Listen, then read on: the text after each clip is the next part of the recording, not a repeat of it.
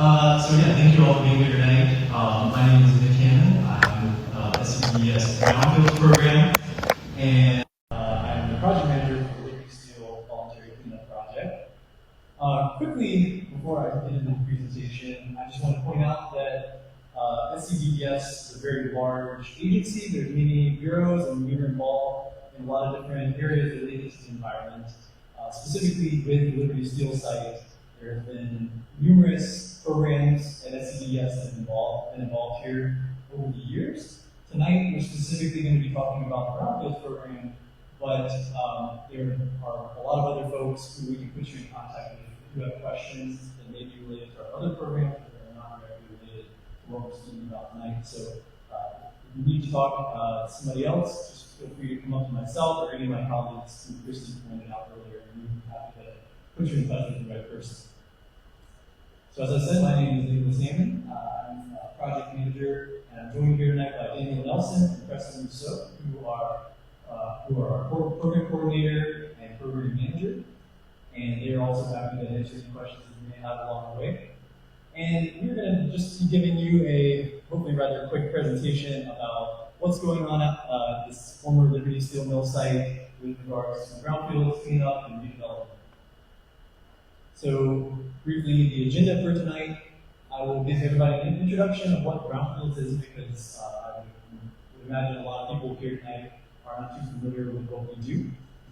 And we will talk about a little bit about the history of the former mill site, some potential environmental concerns on the property, and then some of the environmental assessment that will be conducted as part of the voluntary cleanup process, and then a little bit about what the pathway to redevelopment of the property will look like. And at the end of that, we will open up the floor for questions where everybody can just raise their hand. And we will have members of our SCDS team, in addition to some folks from Liberty River LLC and their development team to answer questions that you all may have about this project. And again, I apologize for the dimness of the screen. We cannot anticipate that the sun will be kind of at this angle tonight, so I do apologize if it's hard to read. As Christy said, we'll post the slides afterwards, and if anybody has any questions or would like to refer back to these slides, I'm happy to do that after the presentation. So, what is the Brownfields program?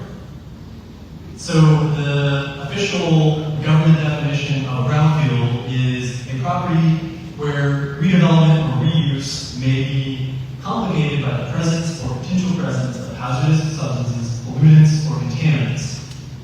This may arise on a property when there are issues surrounding environmental liability.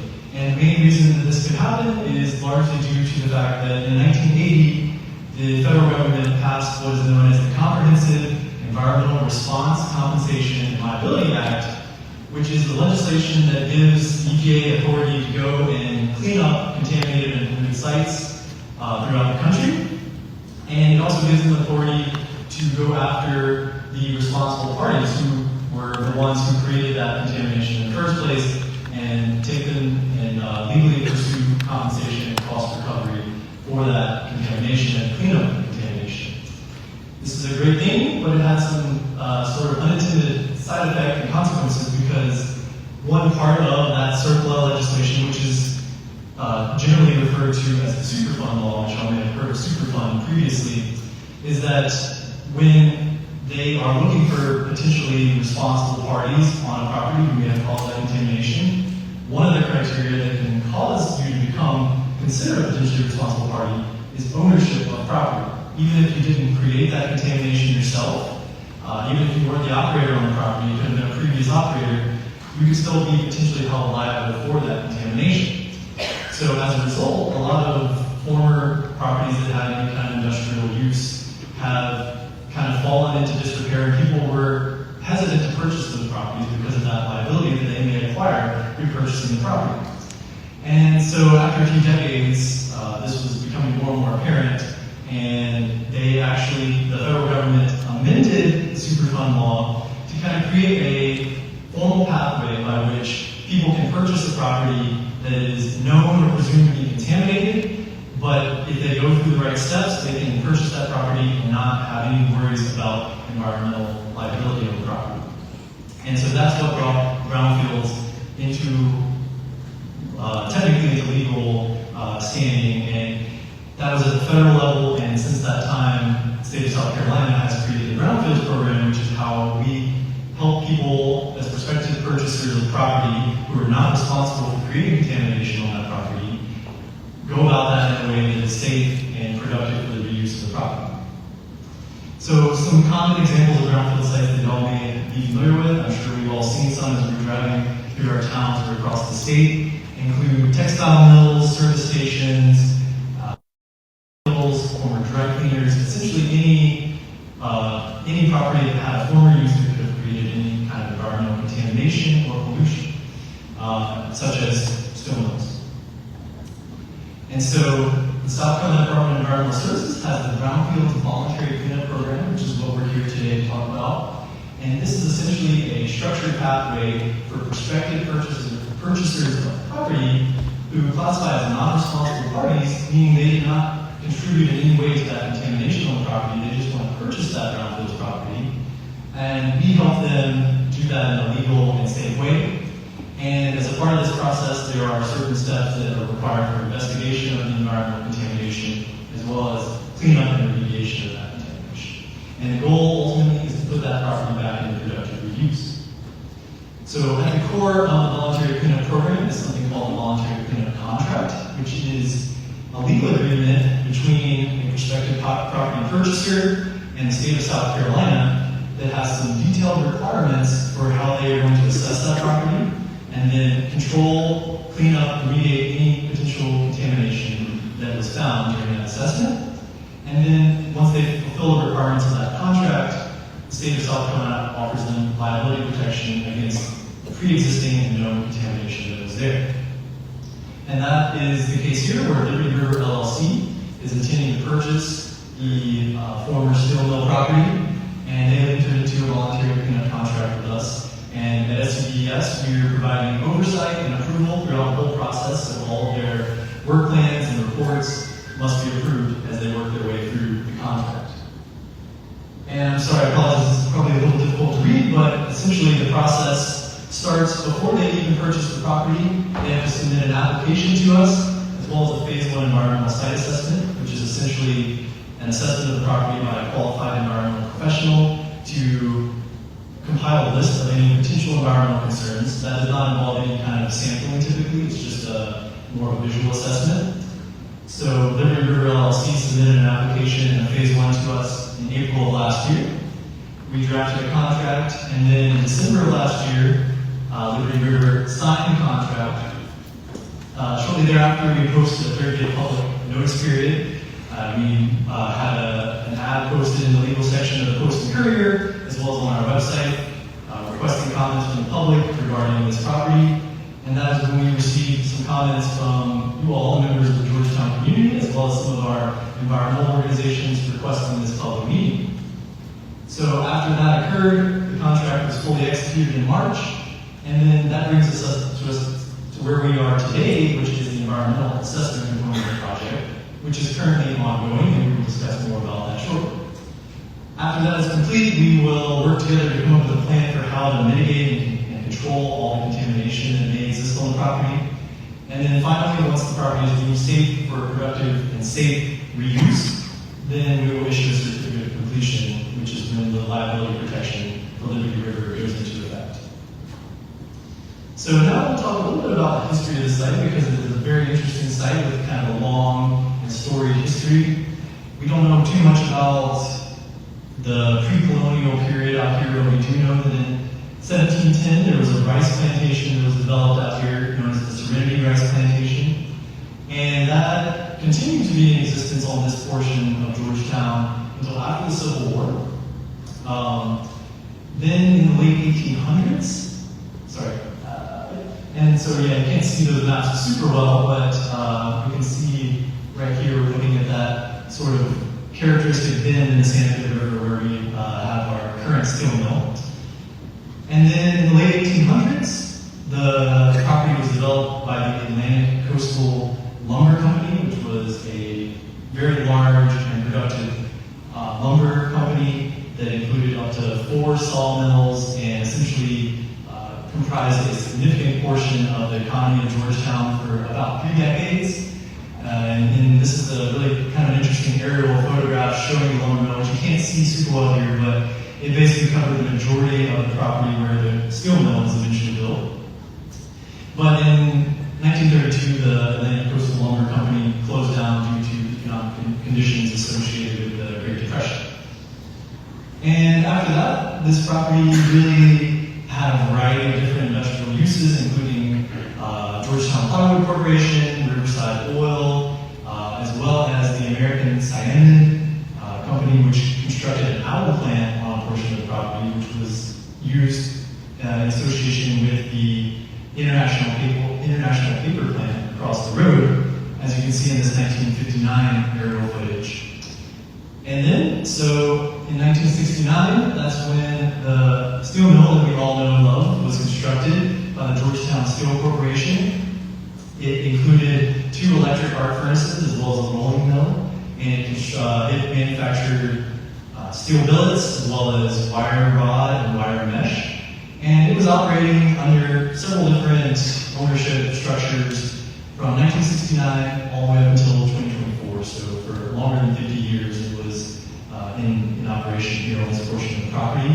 But as I'm sure most of you all are aware at this point, in 2024, the decision was made to close this property down under its most recent ownership, which was the Liberty Steel Corporation. And at that time, they began demolishing the property. And so after that point, there were several different paths that this property could take, one of which is it could become one of those brownfields, like I discussed, and it could have become vacant and abandoned and rusted and dilapidated. But around that same time, there was interest in purchasing the property by the redevelopment team, and they decided that they would like to go through the process of demolishing and revamping this property into something completely different from what it once was, in a way that is going to be safe for the environment.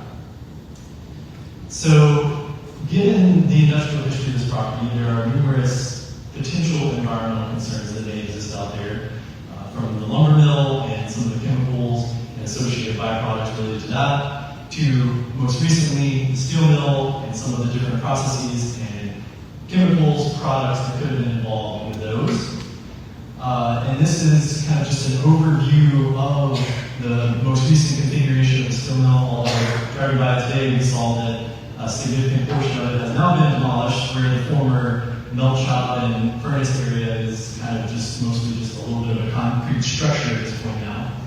But regardless, and again, if you can see this, the text on this slide better, this image points out some of the areas of interest and areas of concern where we presume there could be potential environmental contamination, including areas such as the main mill structure itself and some of the different byproducts of the steel production process that could have been left behind or entered into the environment there, as well as the wastewater treatment plant that was on the property, and numerous above-ground storage tanks and areas where potential petroleum, chemicals, or other hazardous substances could have been stored and presumably potentially released into the environment.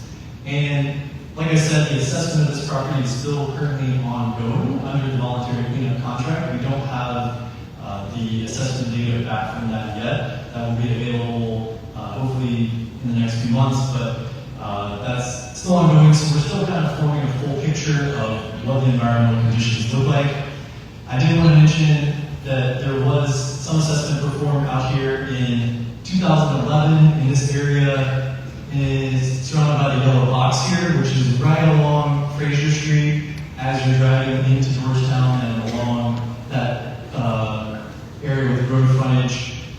In 2011, there was actually a leaking petroleum storage tank in a property across Fraser Street from the steel mill, and as part of the environmental investigation associated with that petroleum contamination, they investigated the groundwater in this portion of the steel mill property, and along with some petroleum contamination, they did find hydraulic oil contamination as well as some chemicals known as chlorinated volatile organic compounds, which are a type of chemical that's commonly used as a solvent in the groundwater in that portion of the We don't know too much about the extent of that contamination. There was a follow-up sampling conducted in 2025, and that confirmed that some of those contaminants were still present in the groundwater, but we really only have identified contamination in 2 of the groundwater wells in that portion of the property. However, I will mention that as a part of the ongoing voluntary cleanup contract environmental assessment, they will be assessing much more thoroughly all the groundwater in this area. You'll see on a subsequent slide, but they will be installing a number of groundwater monitoring wells in this area to get a better picture of what groundwater quality looks like.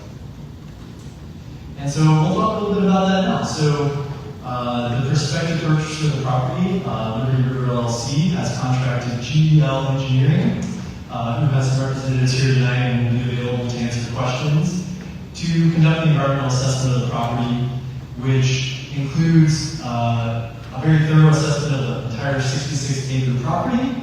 They are going to be collecting soil samples from 48 locations across the property, as well as potentially soil vapor samples if it is deemed necessary, as well as groundwater samples from 38 locations, surface water from 6 locations, sediment from 3 locations, as well as sediment or water samples from 4 locations, which I'll explain a little bit more about what that means. And all these samples, soil, sediment, groundwater, will be tested for a broad range of potential contaminants. Our goal is really to determine what all is out there, and we don't want to miss anything, so we kind of want to cast a broad net to sort of assess for anything that could potentially be there, including chemicals that are presumed to be potential contaminants that we would expect from the previous operations, such as the steel mill and the lumber mill. But we also kind of want to make sure we don't miss anything, so we test for metals as well as organic compounds, pesticides, and PFAS as well. And so this map just shows you the red dots on the map, which hopefully are somewhat visible, depict all locations where the soil borings will be collected, and that is essentially a spot where they will collect a sample of the soil. At each spot, they actually collect 2 samples, one close to the surface and one a little bit deeper down, and then those samples will be analyzed for all of those potential contaminants that I showed in the previous slide. So 48 soil borings will be collected overall, and as you can see, we're just really trying to get a very broad, thorough coverage of the entire property. And then this map shows groundwater as well as surface water and sediment sampling. You can kind of depict out, you can kind of parse out here where that previous contamination was identified. GEL will be resampling all of the monitoring wells in that area, including installing a deeper monitoring well that will be looking at groundwater a little bit lower down. And just as a side note, if anybody has questions about what a monitoring well is, I'm happy to explain that more after the presentation. You can find me afterwards. But anyways, it's essentially similar to a drinking water well, but it is typically installed into the shallow groundwater aquifer, and its purpose is to collect a sample of the groundwater to be analyzed for chemical contamination.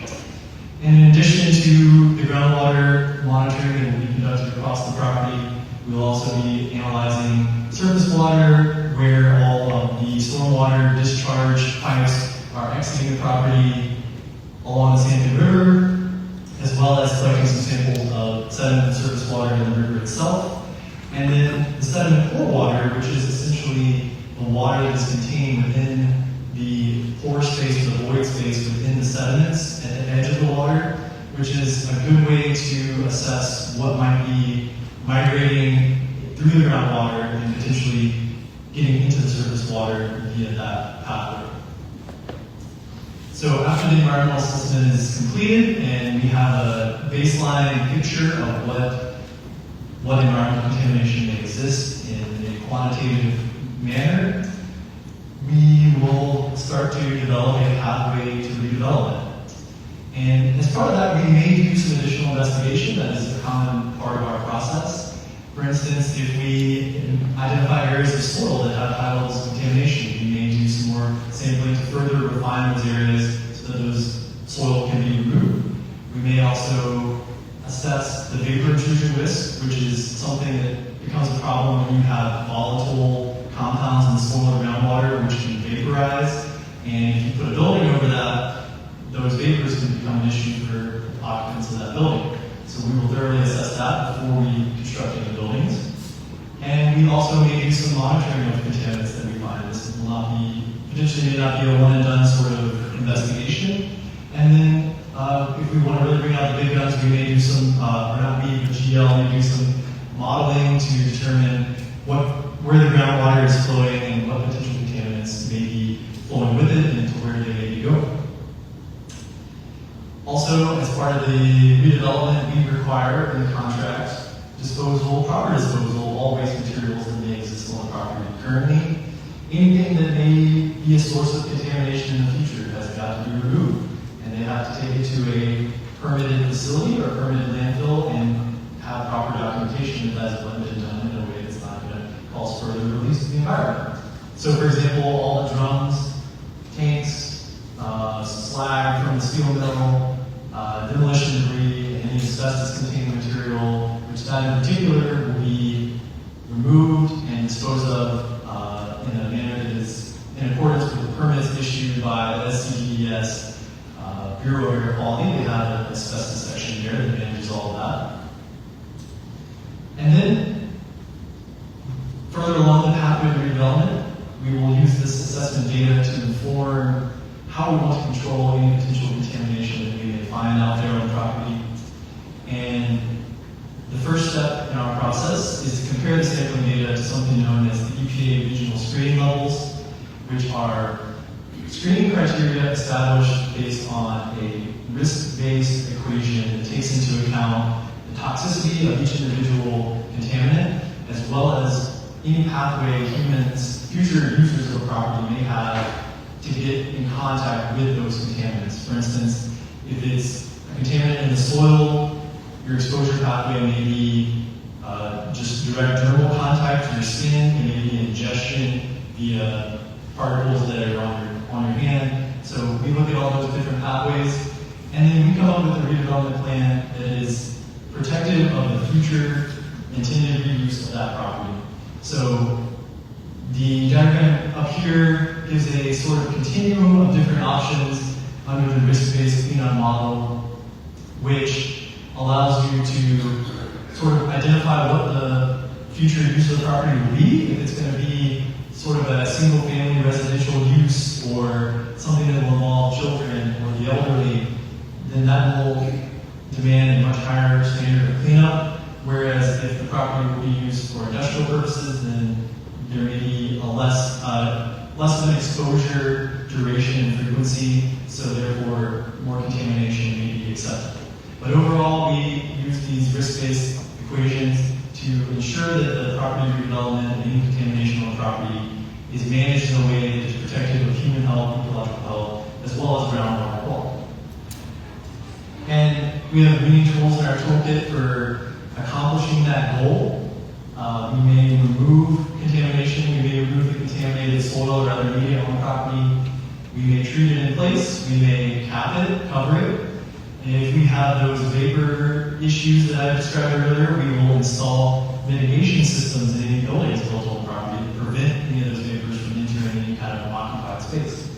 And then we also will use what's called exposure barriers, which is essentially anything that will cut off that pathway that may cause someone to have exposure to contamination. So if you cover contaminated soil with concrete or a building, then that cuts off that pathway and there can no longer be any exposure, and then therefore the risk of that contaminated soil causing health risks to future users is mitigated. And so a lot of this is also complementary to the development itself.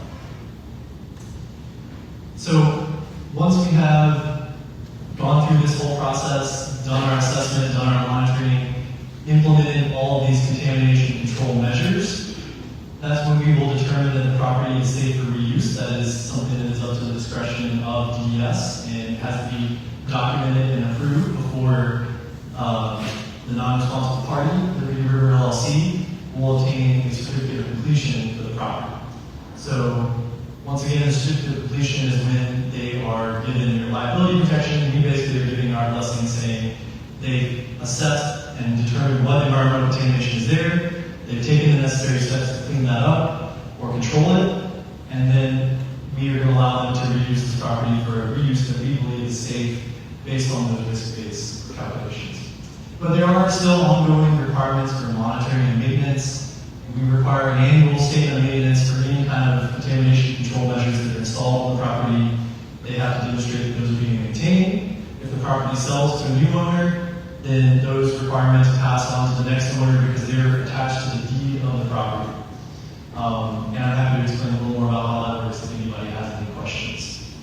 So I'm going to stop talking now. Hopefully that gives you all a little bit more of an idea of what's going on out here. But in a sec, we're going to have a question and answer period, so please feel free to just raise your hand, speak up if you have any questions. But before that, we're going to have a quick word from Christy. Did you want to speak, or did you want to just pass on? Okay. We'll have a quick word from Liberty River and their development team, who's going to explain a little bit more about their ongoing work and their vision for the site. So, thank you.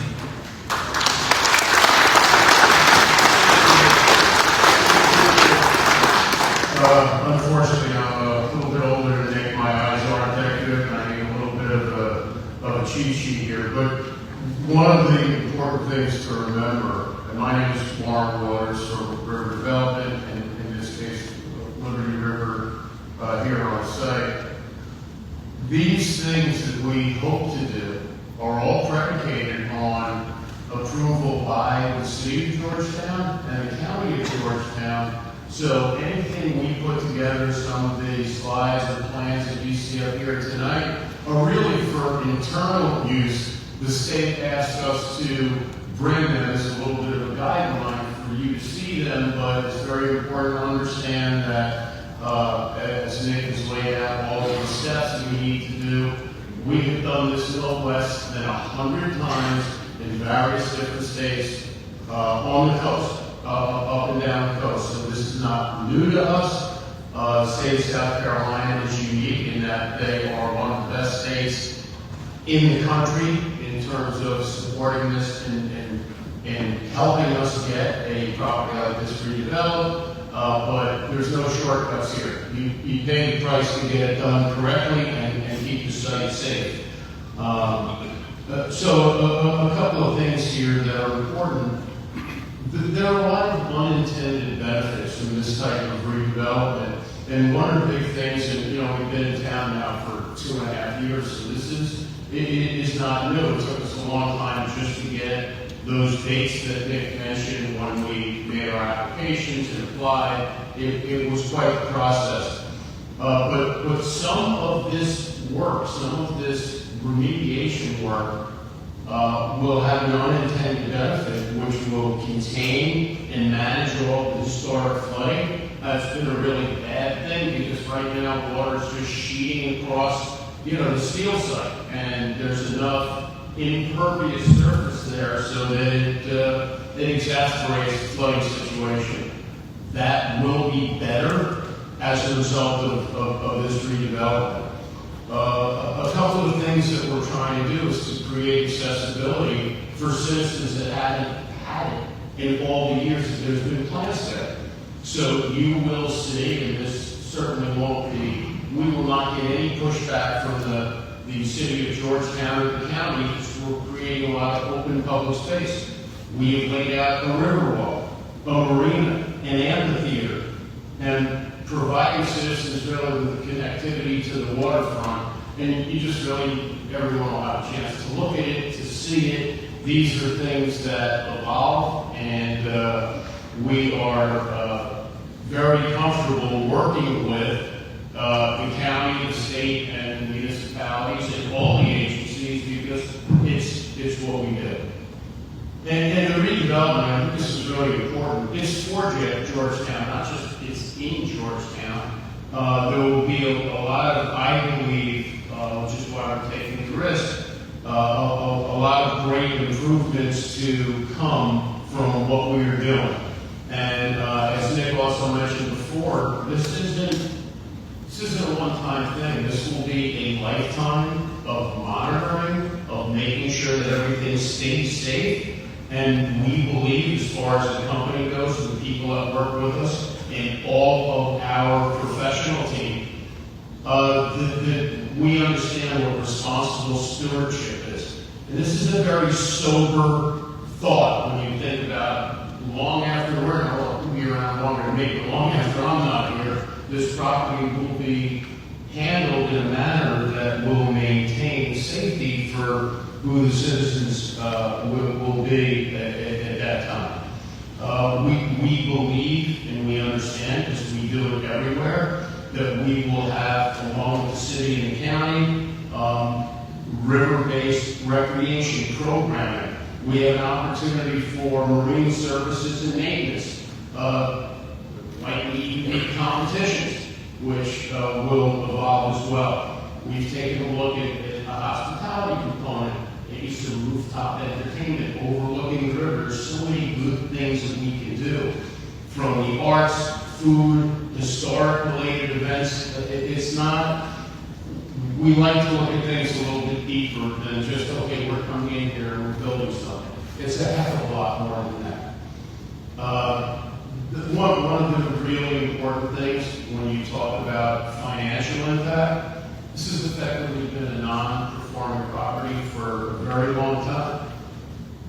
We have an opportunity to build a true and consistent tax base, which will fund decades of city improvements without requiring any additional property tax from the citizens. That's no joke. The benefits are designed for Georgetown residents, but we know we're going to have visitors, and those visitors will spend a significant amount of money supporting the Georgetown-based merchants, Georgetown employees, and all the other things that go on here in town. We refer to this, and this is what we do, it's a generational redevelopment that also has another overlooked, unintended benefit, and that's that areas start to redevelop, spruce up, change from this part where the redevelopment is. So, and we've done it, we're doing it for 40 years. Everywhere we do this kind of redevelopment, things around it start to get really nice. And I think it's hard to sit there and listen to what I'm saying, but when you physically see it with your eyes, it'll be something that's quite amazing. There's already activity and others looking to invest in Georgetown.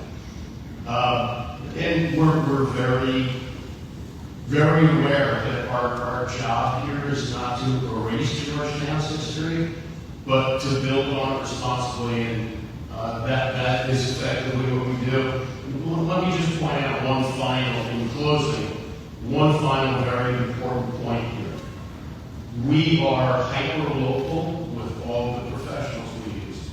We will be hyper-local with all the people that work permanently, part-time, part of the construction. This is a South Carolina-centric project, a Georgetown County-centric project, and a City of Georgetown project.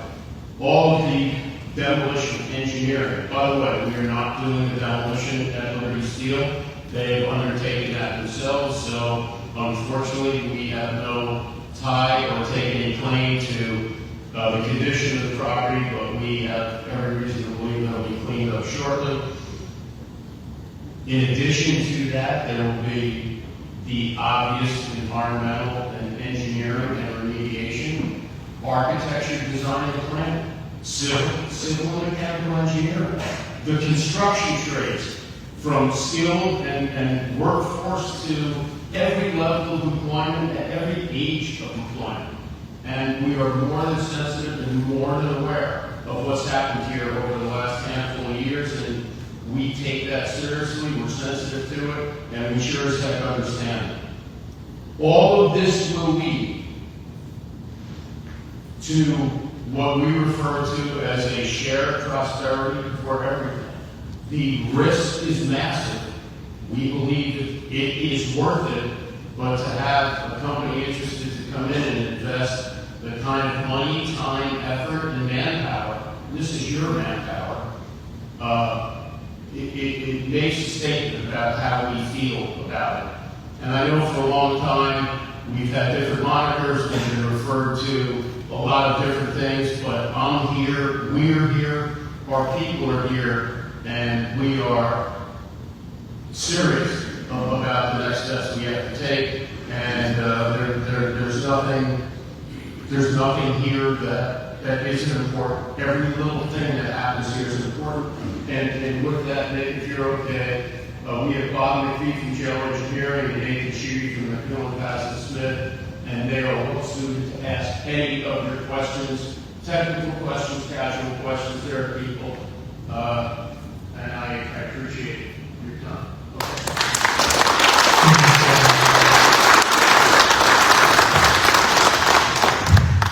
I think we're ready for questions, and I think just raise your hand, and we'll get to you in the order you raise them, or however close you are to the microphone at your current time.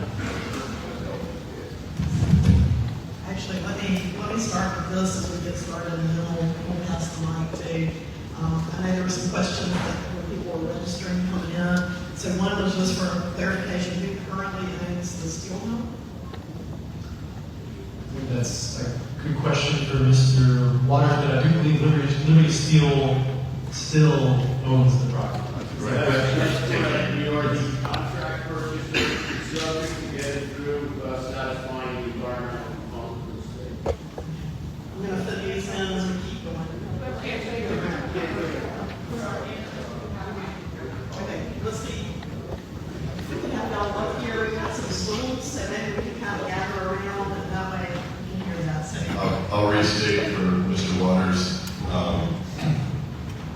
River Development, or the current ownership remains with Liberty Steel until the process through this cleanup completes and ownership will transfer. let's take a question here, and then we'll get to some of the others that came in during registry. It's kind of a two-part question. One, could you kind of go through the organizational structure of how this project is being handled? For example, you've got a demolition contractor working right now. You guys are doing the environmental assessments. These guys are doing the architectural, conceptual planning, and then these guys are the developers for the future. Right now, what's that organizational structure look like? And then how does the city and the county interact with it? And then my second question is, can you talk about a timeline about the demolition, when you expect the demolition to be, and how long you expect that to go before you get to actual development and, further development from there? Kind of a two-part question. So one, I kind of all the pieces of So I'll try. I'll give this a shot. I'll try to restate the questions as we go. So the question was about the organizational structure, and what I think you mean by that is the responsible party for the various activities that are currently ongoing as we see them today. So as Warren noted earlier, the demolition that you see on site today is being done by Liberty Steel. DES is the program that the team, by team, GEL Engineering is following their process. GEL Engineering is the engineering group contracted by the development team to work with DES on the evaluation and then ultimately the design of the remediation program. So those things are happening. And then the last party I think you would make reference to is really what's happening with the design and development team. The design team right now is really doing reconnaissance and developing a framework aspirationally for what might happen upon the conclusion or the completion of what was referred to as the certificate of completion for the contamination, the remediation plan. So that work is tentatively ramping up as the process for managing the site consideration of contamination is evaluated and responded to. So that was your first question. And after all of those words, I don't remember your second question. Timeline. Yeah, with respect to demolition, that is on Liberty Steel, so they're the ones who are conducting that. I'm sure a lot of you kind of noticed that there was some demolition and a lot of activity at the site. And that nothing was because of us. Basically, we were bringing some heavy equipment on the site to drill all of these boring. We needed access into the mill and around the bulk of the mill. So basically, they just decided, hey, we're going to pull back on this. You guys complete your assessment, and then we're going to go ahead and restart. So we just finished up our sampling this week. We're bringing some surveyors out next week. They'll be there for probably a couple of days. And then GEL engineering will pull back, and then demo is going to begin. I've been told that demo is going to take about 3 months. I think that's incredibly optimistic. When I look at the heavy machinery in there, I don't even know how I can get it out there, you know? But, so anyway, all of that has, and that's the demo of all of the structures, not just the rolling mill and everything else. So I think that's overly optimistic. But they'll start in on that process. But that is all on the restart. You got almost my answer. Who's the program manager? For the demo? For the whole project? Is there a program manager that knows what every part of the piece is doing? You can sit down with the city and county official and give them a status report. I would say that's probably around March. So the developer will do the program.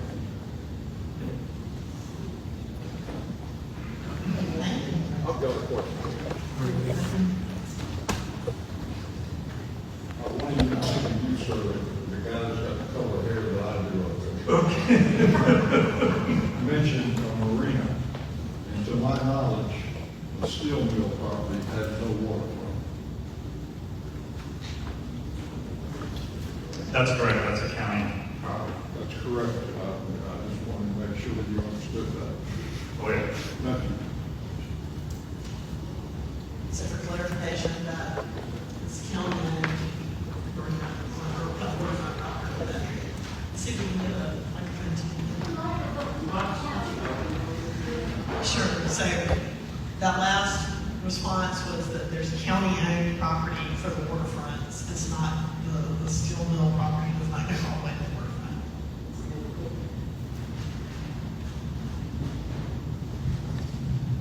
I'm just wondering how we can ensure that there's no bias in the sampling, since the company doing the sampling is paid for by the developer. Yes, I'm just wondering if there's no bias in the sampling, since the company who's doing the sampling is hired by the developer. Well, she was asking about potential bias in the sampling because GTL is being hired by the developer. So that is the case, and that's the way all of our brownfield assessments, we do a lot of brownfield assessments, and that is the way that it always works. The bias that's taken out of the system is that there is absolutely nothing that GEL will do on this property that is directly approved by Nick and his team. So everything we do, everything that we write gets passed by him, and then if he needs a revision to a work plan, a report, all of that just circles back to us. So we have to, we're contractually obligated to meet, the ECC contract where that scope is built right into it. So, and then he reviews everything we do. So Nick, you want to add that? I'll just add that, as I mentioned earlier, and Bob alluded to, we are involved in every step of the process. And so before they even go out and do the testing, do the sampling, GEL prepared a work plan that includes detailed proposed plans for how they're going to do all that. And I review that, I offer comments, as he mentioned, and if there's any deficiencies or any abnormalities, it's my job essentially to make sure that that's not the case. I'll also mention that the contract that they sign includes certain stipulations where if it is found that they are falsifying information or misrepresenting things,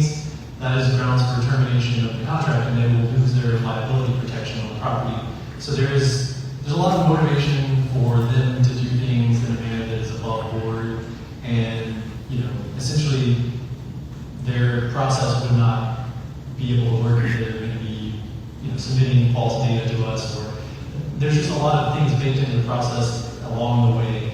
And GDL has all their work plans and all their reports will need to be signed and sealed by a professional geologist or a professional engineer. And so there's professional certifications and licensures that are going to be there to ensure that they're basically conducting themselves in a way that has integrity. So even down to as far as where those samples are going to be collected throughout the property, that's something that I have input on, and I kind of specify, I said there's going to be 48 soil sampling locations. That was kind of based on my review of the phase 1 assessment, known environmental concerns on the property, and all those locations were determined by me to be what we believe is adequate to assess the property and get the data that we need. And then once all the data is collected and they compile it and submit it to us in a report, that's where we get another chance to review that, to look at all of their quality assurance and quality control data, everything that, from every step of the way, they have to document how those samples are collected. There's a chain of custody process for how the samples are put in a container, shipped to a laboratory. Every person who touches those samples basically gets recorded. So if there's tampering, if there's any issues with the way the samples are collected, stored, shipped, analyzed by the laboratory, that's something that gets documented, and that's something that we take into account. So, next question. Yes, question. What contractual entity was issued an air quality monitoring permit, and is there monitoring going on now at the site? When they started demoing the site, were they monitoring the air quality at that time? There was a lot of dust floating around the area in Georgetown, especially the west end of Georgetown, especially the businesses right across the street from the mill. What contractual entity, what that contract, was a permit issued and is it currently being monitored? The demo is currently being handled by Liberty Steel. They have done, I haven't read their reports, but they have done asbestos inspections, which they have to do prior to doing demolition. And then during demolition, there is some air quality monitoring going on while they do that demo. And I haven't been out there to verify that that's happening, but that is on Liberty Steel. So if there's any concern with respect to that, then it should be directed to Liberty Steel. Because we're not doing anything currently on the property where it would need to monitor any of the air. I'll just add to that SCDS has a whole bureau dedicated to air quality monitoring, and in that there is a section of folks who deal with asbestos, both asbestos related to demolition and asbestos abatement in old buildings such as this. So for any kind of asbestos containing materials that will need to be removed in the demolition process, they have to obtain a permit from our agency, and the asbestos survey and abatement must be performed by someone who is certified to do that, and they have to basically provide documentation that they're disposing of all those materials in a way that is in compliance with regulations. And so I'd be happy to provide you with some contact information for the folks in that part of SCDS. I really don't know too much about the air quality monitoring that is going on out there, but I would be happy to put you in contact with the right person who could answer that question for you. So thank you. Yes, sir, Mr. Walters. What specific contamination cost, or I guess level of contamination cleanup cost would trigger your exit plan to walk away from not developing at this point? Is that a question for Mr. Waters? Mr. Ward, did you hear that? Is there If you'd be kind enough just to repeat that, we'll see. is there a financial threshold? Yes, is there a specific number of cleanup costs, et cetera, just trigger your exit ramp and just walk away from this redevelopment? There is a contractual agreement, which I'm not allowed to disclose, but the number would have to be extraordinarily high. If it was $8 billion in cleanup, I'm sure we would move on to another project, but this is something that everyone is all in on, and I really want to be cautious to wait until the testing results are complete, until the DES has had an opportunity to review it, and then we'll be able to have not just some guidance, but an exact number of what that's going to cost to do. And we're not only, this isn't our only redevelopment in the state of South Carolina, it's not our only redevelopment in the immediate area, so we're committed. It's a fair question. Yeah, there's a number at some point that will come preposterous, and unless the economics make sense, then no one would do it. But we're going to go a lot deeper than virtually anyone else. My question was related to the contaminants. When you're looking at the airborne, soil erosion, and the water contaminants, whether it be ground or, you're talking about decades of that. So I would think it would look to be more expansive than looking at just those. How would this affect the people in the community? Because when I look at my water at home, I don't drink it.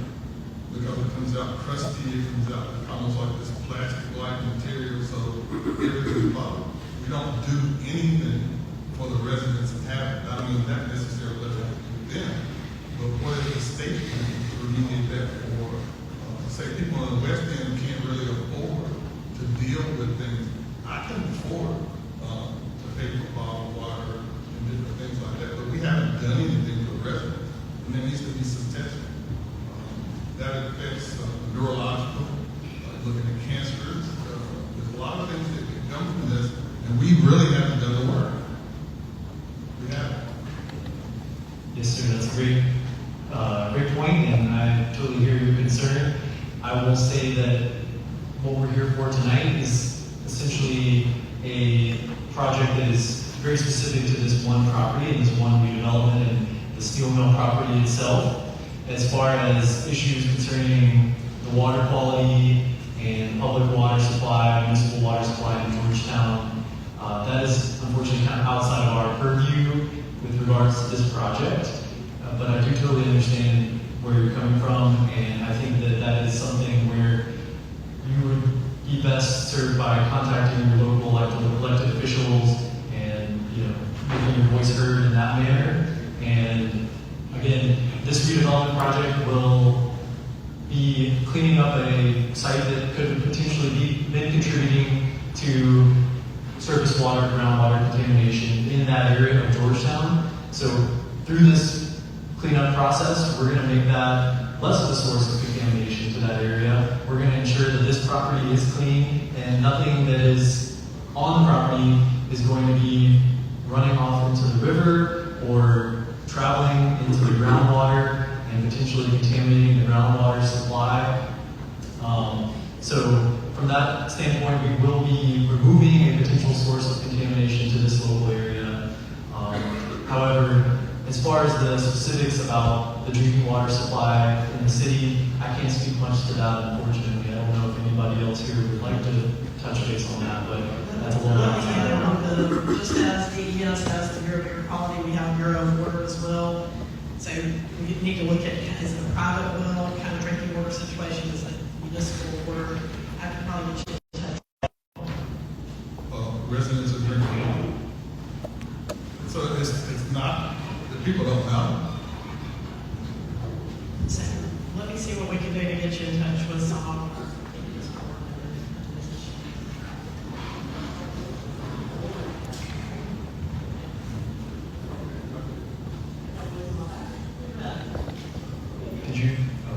Well, my question originally was about the maintenance and control, but my question now is two things. Piggybacking on what he was stating, you state that you're going to do these tests and remediations where's your baseline for if there is contaminants that are being drugged into the residential areas in that area? One, you do your baseline testing, and then you follow up then to see if there's things that you have cleaned up here that has traveled down and contaminated even more than what they currently have in that area.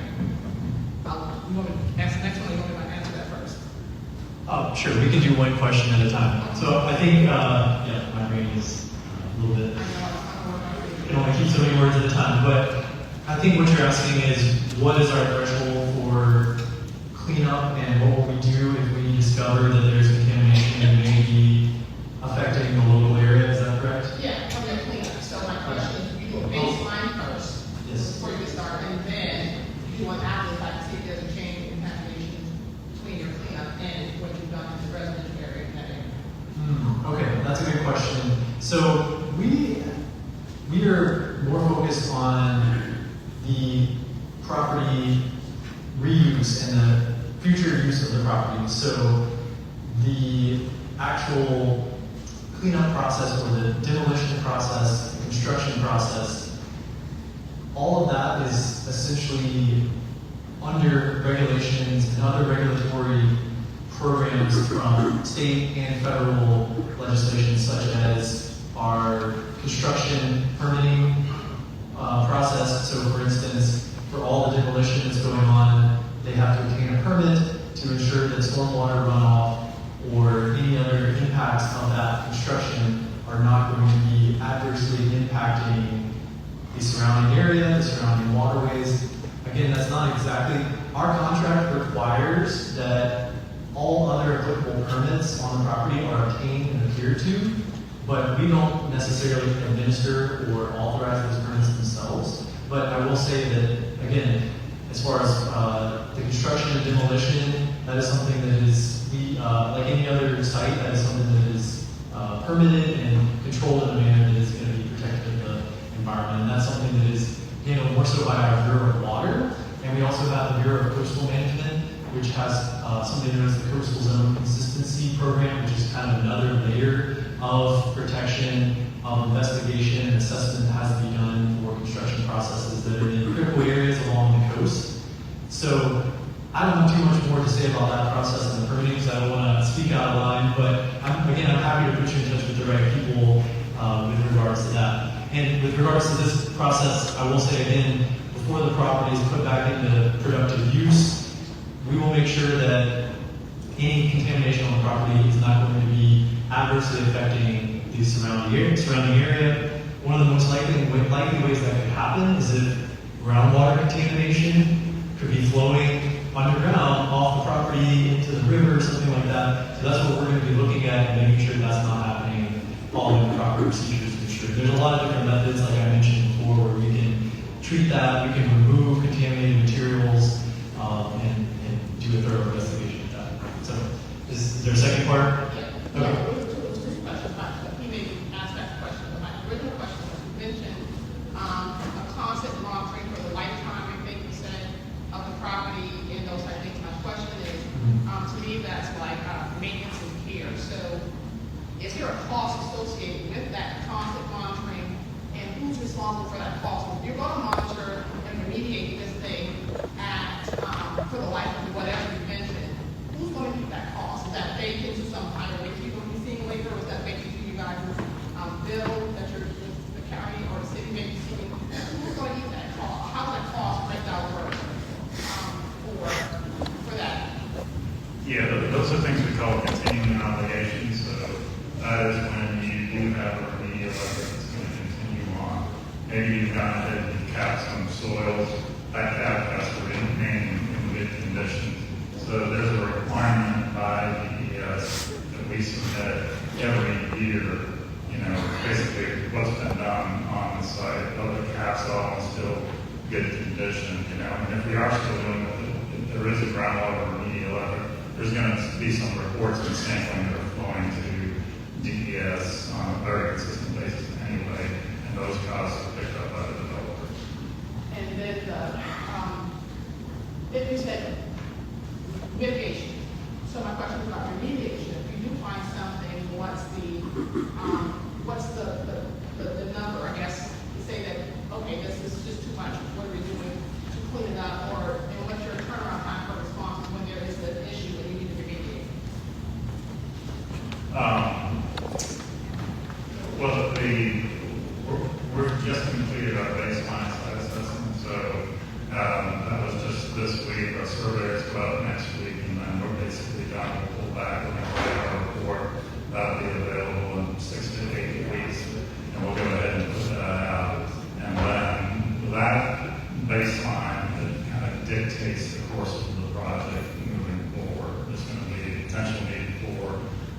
additional assessment, and maybe that additional assessment leads to, hey, you then need to go ahead and do groundwater remediation, in which case we would start it on that, and that would just continue on. Does that answer your question?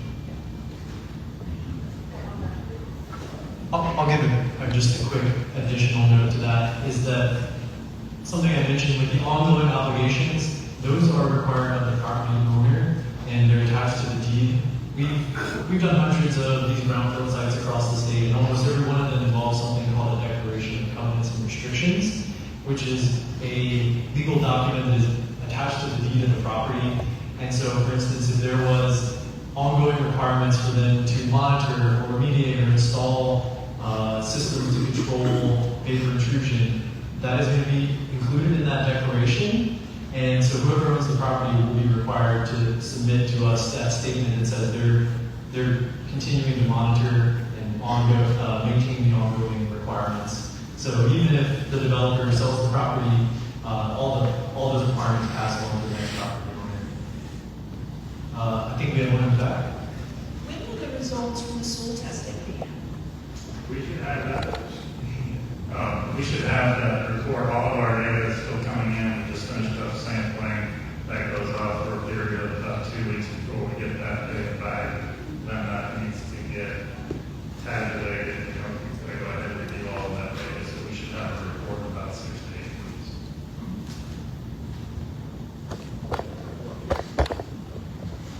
In terms of the certification process, is it an all or nothing process, or if you get the remediation done on 50% of the property or parcels, can you go ahead and start developing there, or is it just?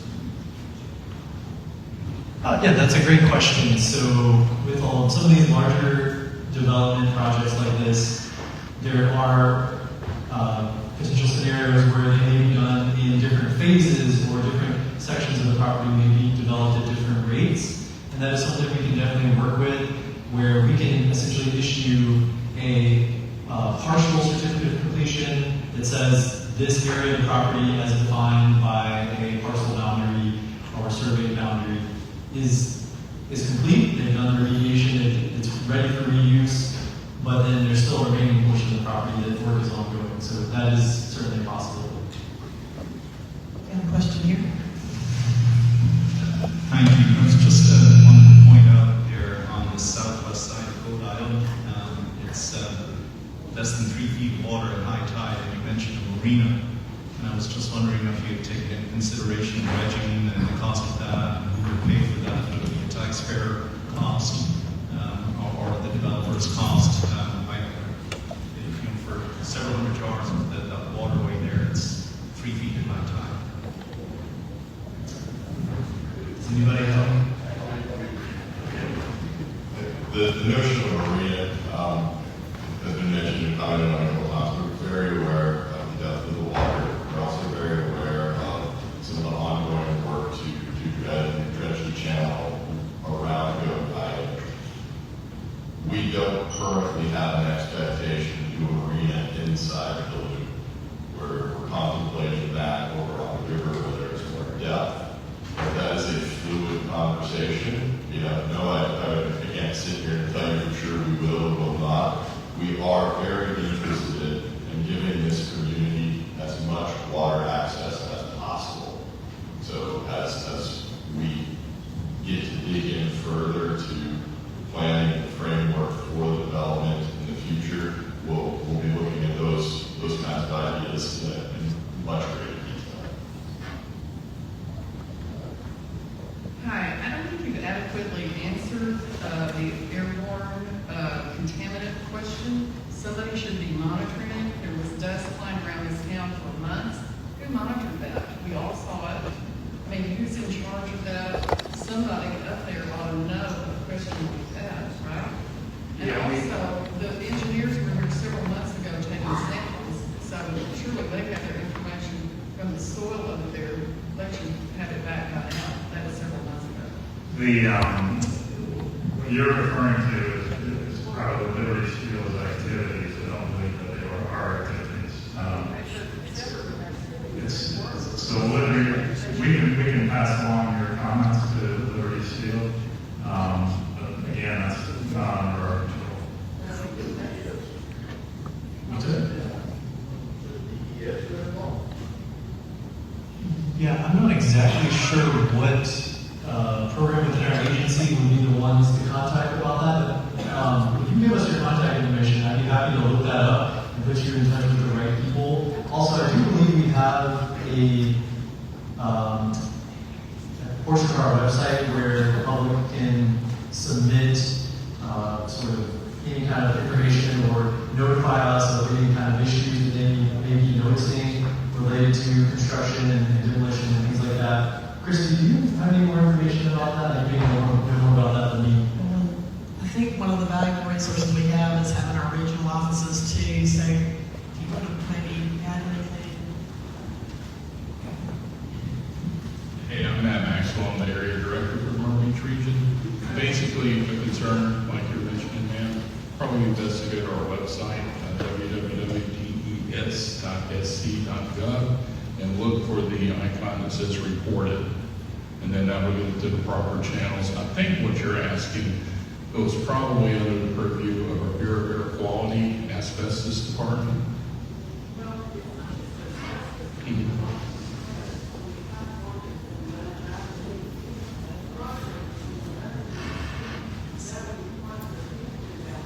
Sure.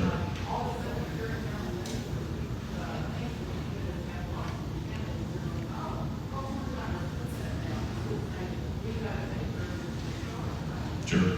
Did you fill out one of our forms when you come in tonight? Let's make sure we get your question on there and we'll get you the precise answer, because that's a good question. Yeah. I understand. Thank you, ma'am. I'm going to try to summarize a little bit for the room, and that is not just asbestos, but other air quality or airborne contaminants. What do we know about that? Was there some, and how is that being addressed? And then the other side is anytime, whether it's related to this or any project, that reported side of our webpage does have our region go out and do responses and go out and investigate things and on a number of issues. And so that is something that is always a tool for everybody in a broader sense. Let's see if we get a question. Yeah, are there going to be any stormwater improvements in this project, on that property? Stormwater improvements? No.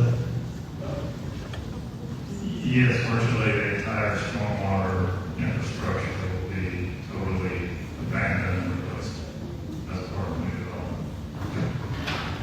So I've got maybe about 100 questions, but first, I think I speak for everybody in this room.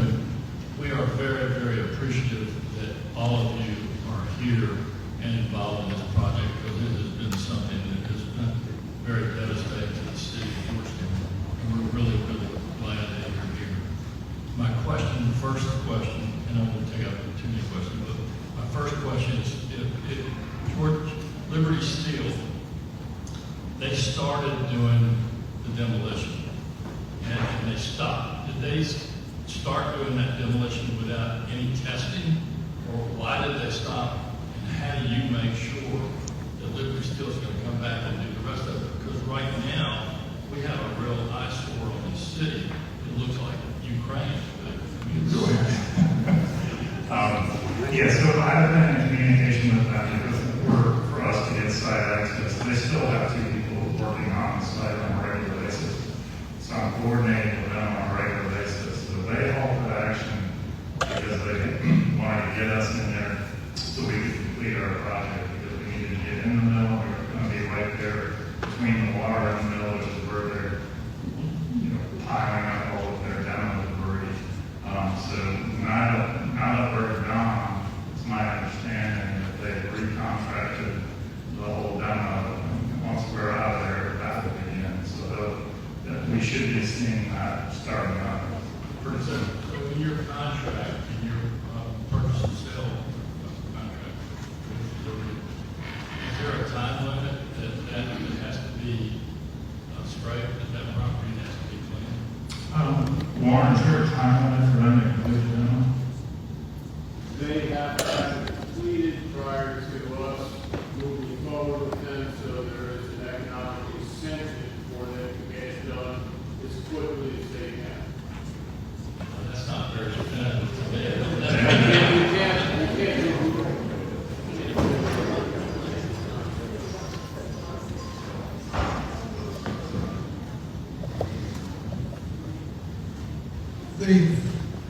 My concern, and I hear everyone complain out here this afternoon, my concern is for each and every individual in this building today, health-wise.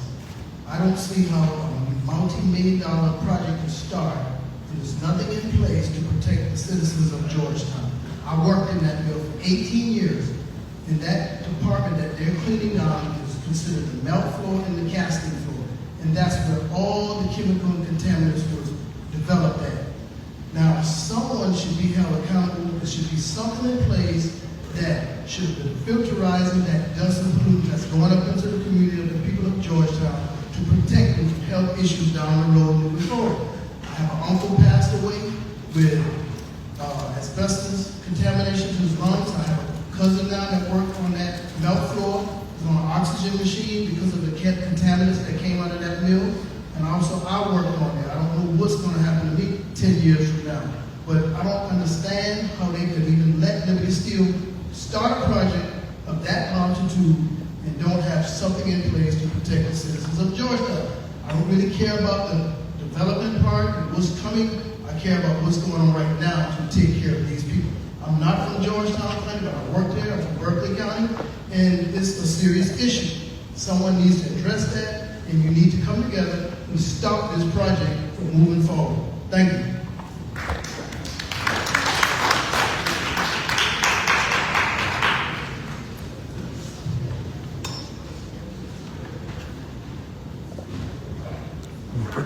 For the first time, no comment. You know, I think to stop the project from moving forward, there's a lot of reasons why properties like this sit vacant for decades. We've already established that we know that there are contaminants on the site. And do we want to go ahead and just leave it there, just to continue in its current state when we could cap it, clean it, and put it into better use? There's any question in my mind that when this project is all done, no one's going to be able to come in contact with any of these contaminants. Wouldn't that be a beneficial outcome? Or would you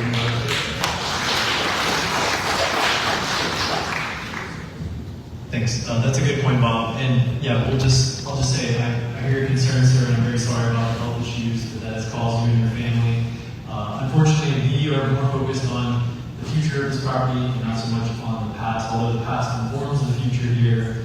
But like Bob said, we are hoping to have this be a healthier area of Georgetown and somewhere that can be utilized by people and not have to be concerned about being exposed to any of that contamination and those potential health effects that your relatives have had in the past industrial use of the property. So in the future, at least that will not be an issue anymore. And so, yeah, I'm very sorry, and I hope the best for your family. So thank you for sharing.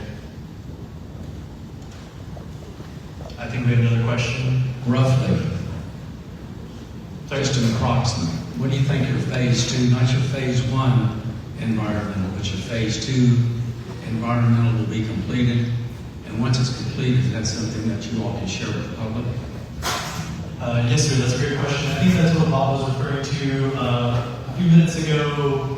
I think you said a couple months or 6 to 8 weeks, they will have their report compiled and finalized, and then it will be sent over to us at SCDS for review and comment before that report is actually finalized. But I will say that that is something that we are going to have available to the public.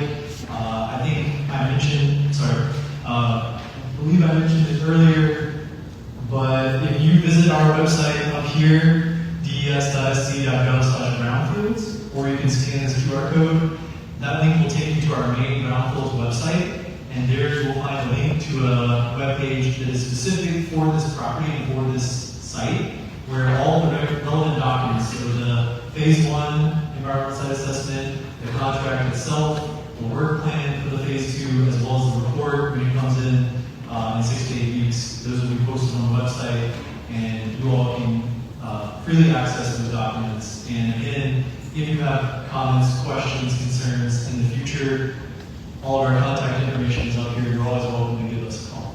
And then I'm going to add that our comms team, while we've been presenting, they uploaded this presentation at the top of that webpage. We know the sun was setting. It was a little tough to see some of those slides. So that information is already here. It's at the top of the, if you go to that link from the Brownfield site to the Liberty Steel webpage, you can see all of these slides, including one of the proposed development. Again, thank you all for coming and talking to us. So my question is sort of a worst case scenario. What happens if SDS doesn't issue the certificate of completion, the sale to Liberty River never takes place, they don't consummate the contract, and the reason is because whether it's $1 billion or $500 million, there's a showstopper in terms of the environmental damage. So the first question is, what happens then? You just have a Superfund site where the prior owners are responsible, and the second part of that is in river development's experience, how many times have they had to walk away from projects because of something like that? And then in SDS's experience, how many times have they not issued, not how many times, what's the percentage of brownfield sites where they haven't been able to issue their certificate of completion?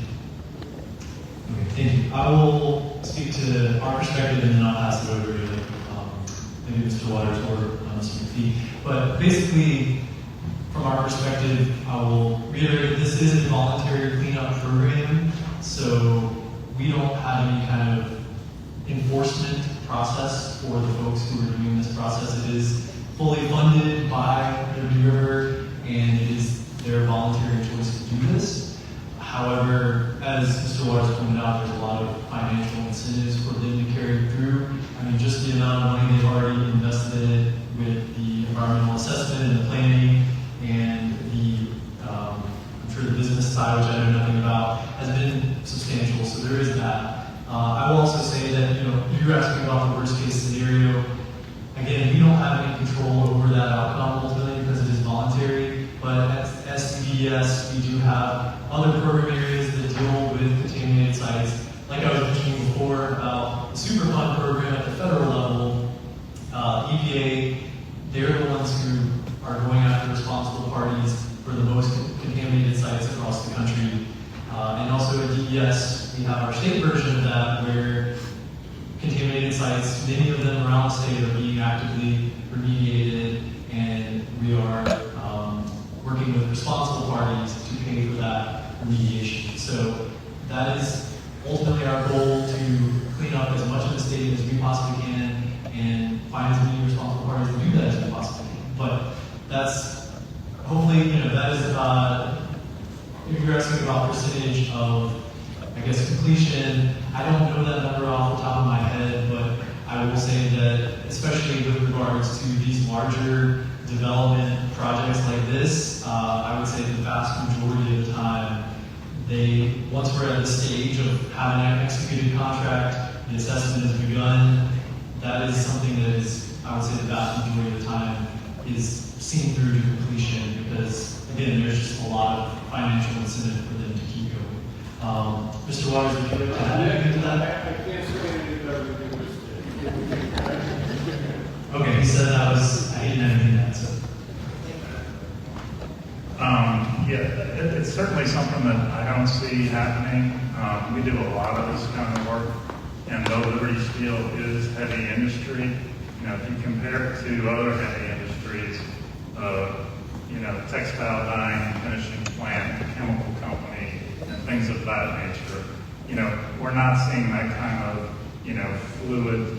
that much fluid on this property. I think the number one concern out there is the quantity of hydraulic fluid that they use.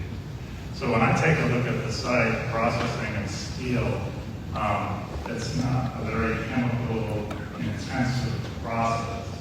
So in my mind, based on the sites that we see, I'm not expecting it's still going to be a challenging site, but I don't see it being near as challenging as some of the textile metals that we get into, where you have serious groundwater contamination, serious soil contamination, really needs to get addressed. So yes, it's been a heavy industry, but it hasn't really been heavy on, liquid processes and chemicals and all of that kind of thing. So I don't see it happening.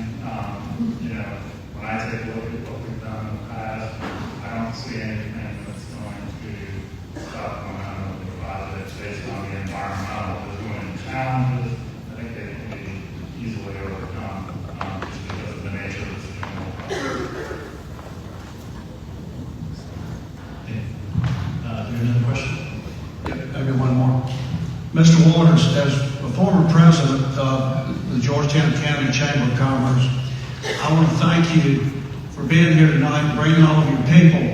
There is a groundswell of excitement and optimism and enthusiasm for what y'all hopefully will get done after all of this questions tonight have been answered and things taken care of.